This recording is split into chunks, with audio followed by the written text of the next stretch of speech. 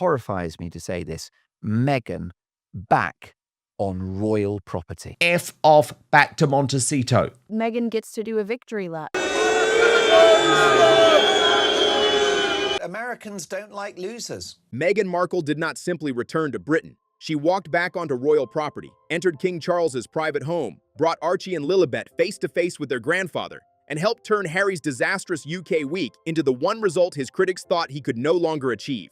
What a public relations triumph this is for the Sussexes, a couple that have done so much damage to the royal family. But the reunion did not silence the questions. It detonated new ones. Why did Meghan suddenly accept a private royal meeting after years away from Britain? Why did she avoid every public engagement but appear for the one moment that restored the Sussexes' connection to the king? But she doesn't want things to be private. She doesn't want things to look like they have the appearance of still being on the outside if, no one can see that they are benefiting from being in alignment with royalty again. Because the Sussex brand was built on the royal connection.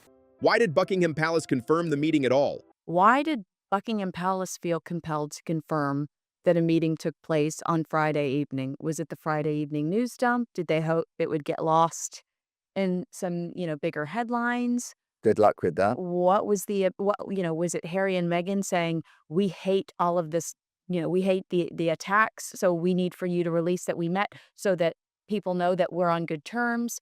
What was the point of, why do we know right now? Why are you and I talking about this? And did Harry and Meghan just receive the exact royal credibility their American image desperately needed? One commentator suggested that Meghan is using the children as leverage with Charles. Another argued that she appears desperate to protect her royal links. Is the couple now trying to recover the royal connection they gave up? So did this meeting mark a genuine family breakthrough? Or did one private afternoon hand the Sussexes their biggest public relations victory in years? It's giving Harry and Meghan exactly what they want, credibility. It erases the hurts that they've caused over the last 6 years. They've not said, I'm sorry, publicly. We don't know about privately, but I highly doubt it. But it's, in a way, Meghan gets to do a victory lap here because, to your point, she is back on royal property. Buckingham Palace confirmed that King Charles and Queen Camilla hosted Harry, Meghan, Archie, and Lilibet at Highgrove. That confirmed fact alone changed the entire ending of Harry's visit. Only days earlier, Harry looked trapped inside a week of humiliation. Instead of a quiet family return, the public watched another briefing war. It's been a never-ending soap opera to get to this stage. Before we continue, one quick thing. One thing I've realized is that most families don't have their important information organized in one place. That's exactly why I recommend the Family Vault, a simple printable and fillable organizer where you can keep everything from important documents and insurance to medical information, passwords. You'll find the link in the description, or you can simply scan the QR code on your screen. Now let's get back to today's story. Meghan was nowhere beside him during that fallout. Then the final scene changed everything. Meghan had entered Britain privately. Archie and Lilibet were with her. Harry was not returning to California with only a court defeat and another palace argument. He had secured a meeting with his father, brought his family to Highgrove, and ended the week with the one image nobody was allowed to see, but everybody was forced to discuss. The titles matter. Having an open family connection matters to Meghan Markle. Knowing that they have proximity to royalty, it matters. So the story only works if Harry still has some doorway back into the royal world.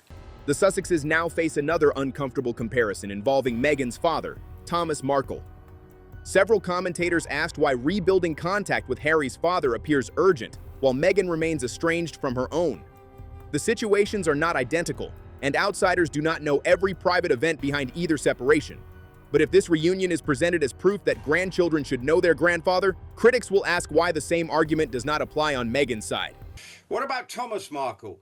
Does he not get a look in? If she's so keen, Harry with his father recovering from cancer and still having treatment, you know, the other side, you know, repair the family connections, however hard it might be. And the Markle family is as dysfunctional at times, maybe even more so than our own royal family. So I think, you know, maybe it's the time to take a long, hard look and say, well, perhaps from a PR perspective, we need to seal the deal everywhere.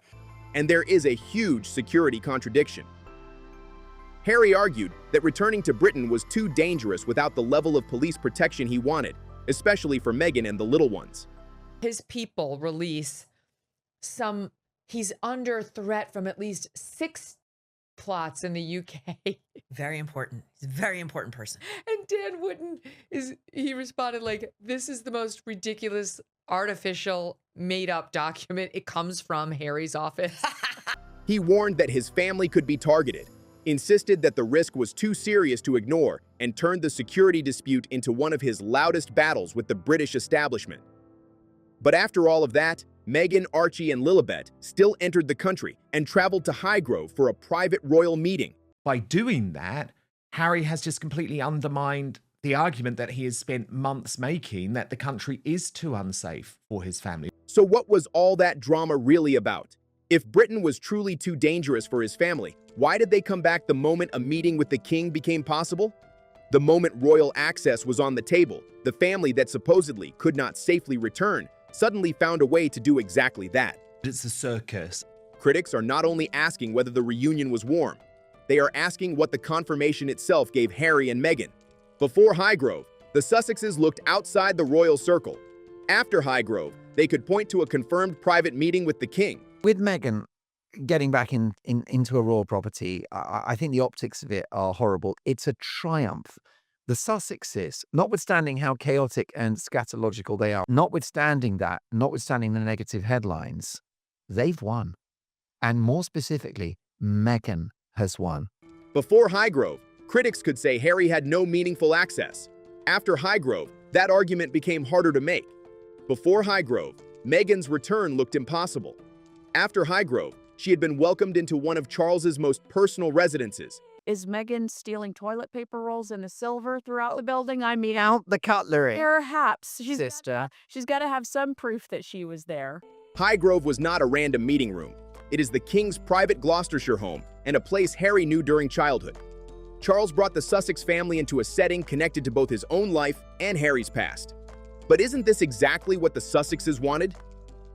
For years, their entire public brand survived because of one thing: royal connection.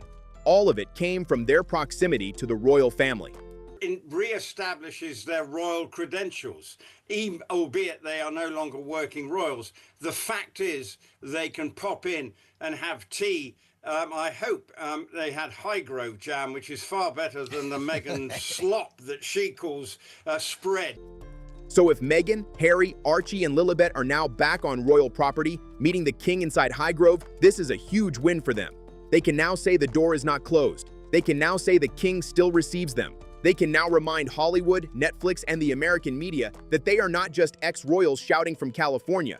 They still have a link to the crown. Meghan seems to be desperate to have the links with the royal family, even albeit in these private circumstances, but it shows that they've still got a bit of an olive branch and a bit of a way in to enhance their royal connections.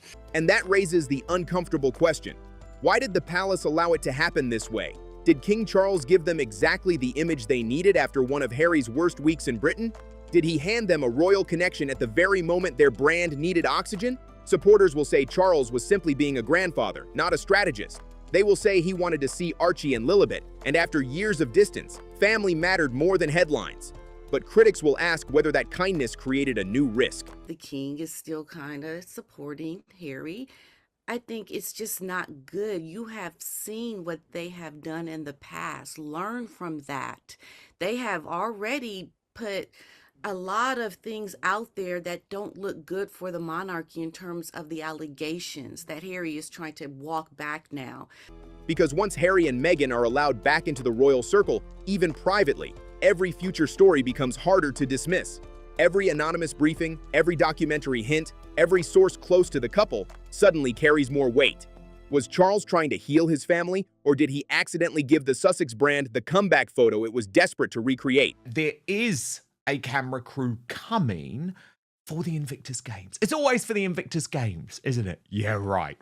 Royal commentators described the reunion first as a grandfather seeing his grandchildren, but they also said the real test would come afterward. Would the meeting remain private? Would the Sussexes keep the details out of future interviews, books, and television projects? Or would carefully selected information eventually appear and turn a family afternoon into another media battle? Private moment from the firm's point of view, but it might not be so private for Meghan and Harry. You just have to worry that this could be more material for another Netflix documentary or a future book. That is the question the palace cannot answer today. Reports say Harry assured Charles that he would not speak publicly about the gathering. No photographs are expected. The palace offered almost no detail. For now, the privacy appears to have held, but trust is not proved in 48 hours. It is not quite the PR success that they wanted because they've been told it's private, and private it shall remain, and that will be the test. Harry and Meghan have previously discussed royal family tensions through major interviews, Netflix series, and Harry's memoir. That history does not prove they will reveal this meeting. It does explain why royal aides and commentators are watching every move that follows. Do the Sussexes deserve another chance, or have they already had too many? Will an anonymous source suddenly describe Charles's reaction to the little ones? Will a friendly publication report that the reunion was emotional? Will another source insist it was cold? Will a future documentary use footage from the wider UK journey while carefully avoiding the Highgrove gates? They lie like Pinocchio. Last Friday, Eden writes, they all received a long message confirming details of Prince Harry and Meghan's return visit to Britain. It wasn't just the type of short message they sometimes receive, but a long operational note detailing exactly what the couple would be doing after they landed in the country. One leak could restart the entire war. And the strangest part is that the Sussexes gained enormous attention without releasing a photograph. They did not need a picture of Meghan beside Charles. Buckingham Palace's confirmation did the work. It proved she had returned. It proved the kids had entered the royal setting. It proved Charles agreed to the meeting. The absence of photographs even created more mystery, more speculation, and more demand for the details nobody received. It's on the front page of the biggest selling newspaper in the UK, and that's what it's all about. The way that it's been handled is purely about making sure that everything he does and says, and it's all part of the brand, keeps them current. Will they, won't they be part of Buckingham Palace, be at Buckingham Palace? I feel sorry for the king with this because he's been played, I think. For weeks, the Sussexes kept changing the story. It became a never-ending game of will they or won't they. And look what happened. They dominated the headlines for weeks. Every twist created another news cycle, another debate, and another wave of attention. Whether intentional or not, the strategy kept the Sussexes at the center of the royal conversation. Their brand was suddenly everywhere again. We're talking about Meghan Markle, who is pathologically transactional. Right. And I think that this is a wild betrayal I agree. of those loyal members of the royal family who have suffered at the hands of the Sussexes. It's a reward for bad behavior. Critics see a public relations victory. Either way, one thing is difficult to deny. After weeks of non-stop headlines, the Sussexes are once again one of the biggest stories in the royal world. Was that a defeat for Meghan because she could not publicly display the reunion? Or was secrecy the perfect strategy because it gave her royal proximity without forcing her to face a British crowd? Because, as many point out, public criticism of Harry and Meghan in Britain remains extremely strong.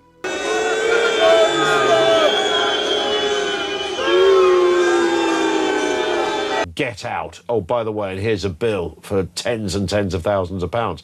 Meghan avoided every dangerous public image. No hostile question, no awkward arrival, no photograph beside Harry immediately after his court defeat. She remained invisible during the worst headlines and appeared only inside the private meeting that transformed the week. The court case was the thing that probably stopped Meghan showing her head in public. Which, by the way, I think is sad for Harry. I think stand by your man, Rupert. Yeah, well, absolutely. But she doesn't tend to, if the publicity's not good, she's the last person in the world who's going to put her head above the parapet to support him. Critics argue that Meghan accepted the one part of the visit carrying the greatest long-term value. Harry's public events carried risk. Highgrove carried royal legitimacy. Invictus would have placed her in front of cameras. Highgrove placed her behind closed doors with the king. It almost sounds ironic, doesn't it? Meghan and Harry's American dream, their Californian dream, hasn't worked out, hasn't gone to plan the way that they thought it was. The adulation, the money. We've got to come back to money on this. It always comes back to finances with these two.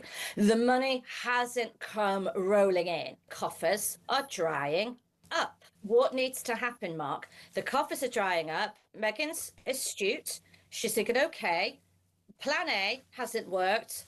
I don't want to have to do it, but I'm going to have to try and swap to plan B. And plan B is we've got to curry favor again with the king because we may one day need to call on his services. Meghan has often been associated with high-profile appearances, cameras, flashing lights, and global publicity. But this time, there were no red carpets, no public walkabouts, and no official photographs. So why stay hidden? Was there a bigger goal? Some royal commentators believe there may have been. They argue that a private reunion with King Charles could ultimately be far more valuable than a few hours of media attention. Instead of chasing headlines in front of cameras, the real prize may have been rebuilding a direct connection with the royal family behind closed doors. Already, this Megson deal is a joke because we're talking about a camera crew for the Invictus Games. They always say it's for the Invictus Games, but also a camera crew for Althorpe. So the idea that they're coming to the United Kingdom and this is a private visit and it's not just a content farming operation for them, I think is total rubbish. One of the most common arguments repeated is that Meghan's original California plan had not produced the overwhelming success the couple expected and claimed Meghan now understood the value of rebuilding favor with Charles. Royal commentators used the brutal phrase that Meghan was dangling the little ones like a carrot above the king's head. That's, of course, not a proven fact. You have the gift of grandchildren, Mark, and those grandchildren have been dangled like a carrot over the king's head as a way to keep him on side. Charles had reportedly not seen Archie and Lilibet since 2022. Harry had repeatedly spoken about reconciliation. Meghan had stayed away from Britain for years. Then, during a week when Harry needed one positive result more than ever, the offspring became the bridge that finally brought everyone into the same place. Another royal expert said that Meghan appeared desperate to maintain royal family links. The oxygen goes out of their attempts to make lots of money because America, Spotify, Netflix, everybody's turned their back because they've seen this couple for what they are. The only thing that they've got left is to not ingratiate themselves, but have a little bit of a visit, be seen, because I don't trust them. I think it will be out there with pictures and everything. I think they've proven that. The meeting re-established some of the Sussexes' royal credentials, even though they are no longer working royals. That phrase matters. Royal credentials. We know Meghan was adamant that she was staying put in California, would never, ever put a foot back onto English soil again unless someone was going to put a crown on her head. Maybe that's what she thinks is going to happen in the future. But things have changed. Harry and Meghan can build businesses, attend conferences, support charities, and produce entertainment projects. But nothing generates the same international reaction as direct contact with the king. Their biggest stories still explode when the royal family enters the frame. She's going to try to use them as much as she can. A lifestyle launch creates coverage. A meeting with Charles creates global headlines. That does not mean the family relationship is fake. It means the personal relationship also carries unavoidable public value. Every confirmed reunion reconnects their American public life to the institution that made them globally famous. That is why it's called a victory for Meghan. Meghan had regained credibility simply by returning to royal property. Not just back on British soil, but on a royal property. That feels significant to me. Harry once possessed extraordinary popularity, status, and access, then damaged that position after leaving royal life and attacking the institution. He does not simply miss public service. He misses the applause, the importance, and the professional value that came from being close to the monarchy. Again, that is royal experts' interpretation. Harry has said his choices were about protecting his family and escaping a system he believed was harming them. But his repeated returns for court cases, charities, Invictus, and contact with Charles show that he has not severed every connection. Now he has brought Meghan and the kids back into a royal home. promotion of the Invictus Games. And Harry looked happy, and he does look happy in these circumstances, doing what he does best. And that's the frustration, because when he does this and goes well, you actually realize that Harry has made the biggest mistake of his life and going over to California, because he would have been able to carry on doing this without any problem. The only problem was that his wife didn't really enjoy the lifestyle. So what exactly has Harry escaped? He may live in California, but Britain still controls his biggest headlines. He may reject the royal system, but contact with the king still changes the meaning of his entire week. He may criticize the press, but his legal battles keep pulling him directly into the center of British media attention. That contradiction was visible during the Invictus event. Harry appeared without Meghan and focused on the one-year countdown to the 2027 Games in Birmingham. Honestly, your kids and Meghan must be so proud of you. Do they tell you every day? They don't tell me every day that they're proud of me. No, they don't, because they're not proud of you. She's not proud of you. She's using you, but she's not proud of you. It's almost so tragic that he can't see it. Her absence allowed the cameras to remain more focused on Harry, competitors, and the event itself. Some commentators admitted that Meghan's decision not to attend may actually have helped Invictus avoid becoming a fashion and celebrity spectacle. But the absence also protected Meghan from the hardest questions. She did not have to explain the court defeat. She did not have to answer why the family could privately enter Britain after years of security warnings. She did not have to stand beside Harry while reporters asked whether the palace had rejected their accommodation plans. She could remain silent until the successful family meeting was already complete. And what does Meghan Markle do when Harry's going through difficult times publicly? She disappears. When you think about how Jimmy Kimmel was tearing into him over Spare, and he's trying to promote, where's Meghan when he's promoting Spare? She disappears. Where was Meghan when he lost his rabbit case, when he sat down and was reaming the royal family to the BBC? Meghan mysteriously disappears. When Harry is going through difficult times, Meghan is MIA. She's nowhere to be found. And now the security argument faces new scrutiny. Harry has consistently said he does not feel able to bring Meghan and the little ones to Britain without adequate protection. Yet the family traveled to Highgrove without a public incident, and their movements remained secret until the meeting had taken place. Security is the ultimate red herring. It's blackmailing from the Sussexes to say, look, we don't feel safe. Well, this visit, obviously, they've been going around. There will have always been a level of security for the Sussexes. So that's why the security issue is a red herring and now needs to be, now she's back, she can't use that anymore as an excuse for coming to this country. Critics say that proves the security warnings were exaggerated. That conclusion is too simple. One successful private visit does not settle Harry's legal or practical concerns about protection on every future trip. Highgrove offers a heavily controlled environment, and private arrangements may have been created specifically for this meeting. But the optics are still damaging. The family came, the secrecy held, the journey was completed. So the public will ask, if it worked once, why was Britain repeatedly described as almost impossible for the little ones? Where people have not seen them because they use the private VIP entrance and exits at the airport. These two are capable of coming over here in privacy if they want to. Then there is the biggest unanswered question of all. Why did Buckingham Palace confirm the meeting while Harry, Meghan, Archie, and Lily were apparently still in Britain?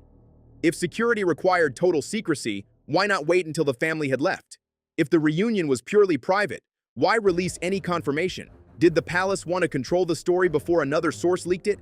Did Harry and Meghan want public proof that the meeting happened? Or did both sides agree that one short confirmation was safer than days of competing reports? Once the Sussex team started to build anticipation for this trip, because it was them, they did with their numerous leaks, that if they didn't get their way, King Charles is now repositioned as the villain, and then they're back into that convenient space of monetizing their victimhood. So what a difficult position that the palace was in. I'm ridiculously disappointed. I'm angry.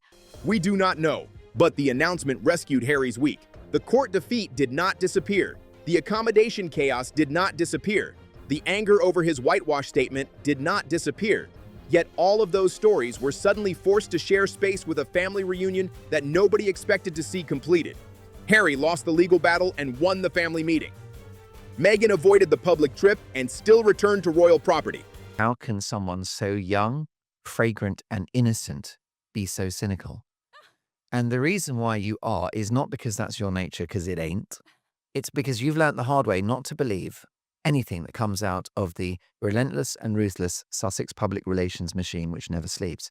Before we continue, I want to mention something really quick. Organizing your family's important information is one of those things most of us know we should do, but we keep putting it off. That's exactly why there's the Family Vault. It gives you one place to organize your important documents, insurance, medical information, passwords, and more, so everything is easy to find when it's needed. You'll find the link in the description, or you can scan the QR code on your screen. That's all. Now let's get back to today's story.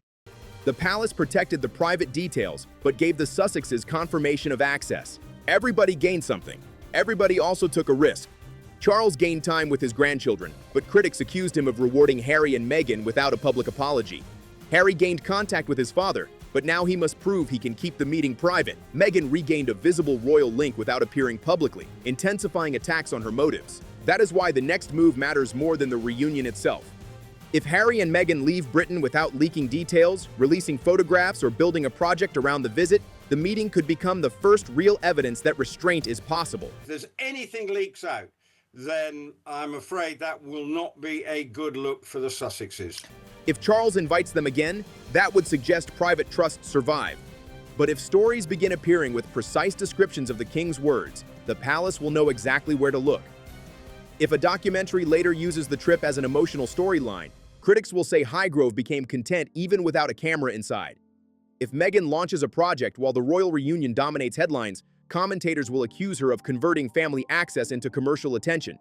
Silence is now the test. Not another statement, not another interview. Silence. Will it remain private? And that will be the acid test for the Sussexes and their sort of relationship with the extended royal family. If they can keep all the details quiet, then that might be a step forward in the way that they conduct themselves, going and particularly relationships with the king, and maybe even down the line with his brother. Can Harry accept a victory that nobody can monetize? Can Meghan accept royal access that produces no photograph? Can the palace offer another meeting without fearing that the private conversation will become somebody else's headline? And what happens if the answer is no? Because Harry and Meghan did not simply return to Highgrove. They reopened a door that had appeared almost completely closed. The reunion gave Charles his grandchildren. It gave Harry a successful ending. It gave Meghan renewed proximity to the crown. And it gave their critics enough material for an entirely new attack. So tell me what you think. Was this a genuine family reunion that should be protected from every camera? Did the Archie and Lily naturally create the bridge Charles and Harry needed? Or do you agree with the commentators who believe Meghan returned because the Sussexes still need royal credibility? Why did she avoid every public event but attend the private meeting with the king? Why did the palace confirm it? And will the details remain secret once Harry and Meghan return to America? Like this video, share your opinion in the comments, and subscribe to Crown Clash, because the Highgrove meeting may be over, but the fight over what it really meant has only just begun.